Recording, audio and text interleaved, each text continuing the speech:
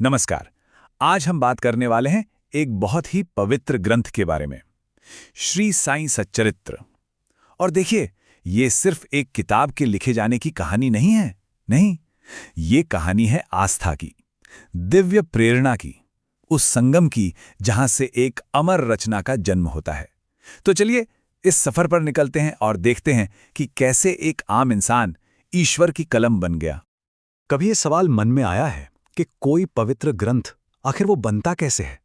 क्या ये बस किसी लेखक की सोच होती है, उसकी कल्पना, या फिर इसके पीछे कोई दैवीय शक्ति, कोई डिवाइन फोर्स काम कर रही होती है? श्री साईं सच्चरित्र की कहानी हमें इसका एक बहुत ही अद्भुत और कह सकते हैं हैरान कर देने वाला जवाब देती है।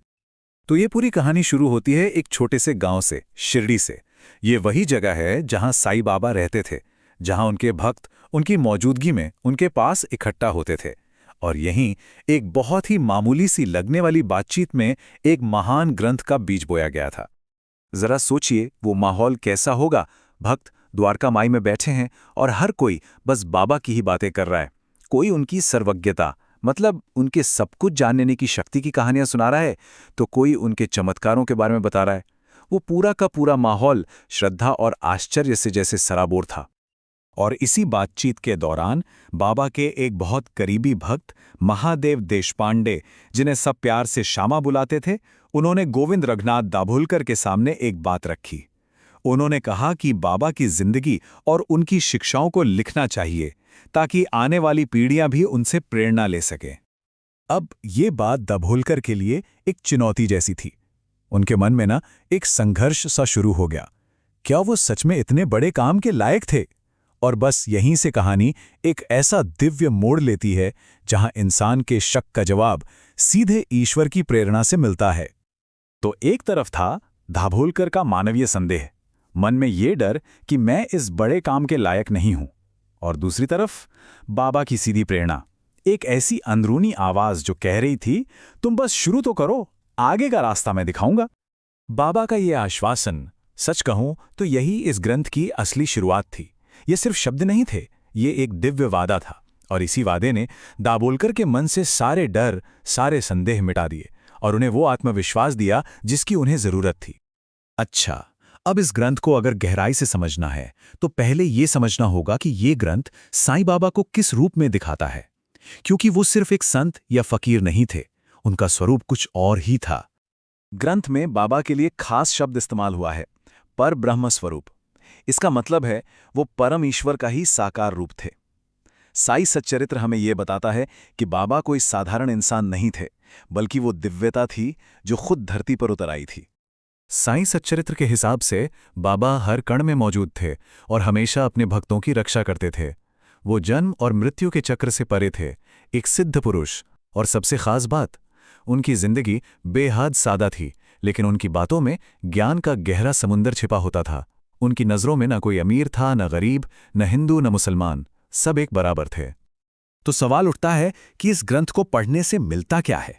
साईं सच्चरित्र अपने पाठकों से कुछ बहुत गहरे वादे करता है। ये सिर्फ कहानियों की किताब नहीं है, बल्कि ये एक आध्यात्मिक सफर का गाइड है।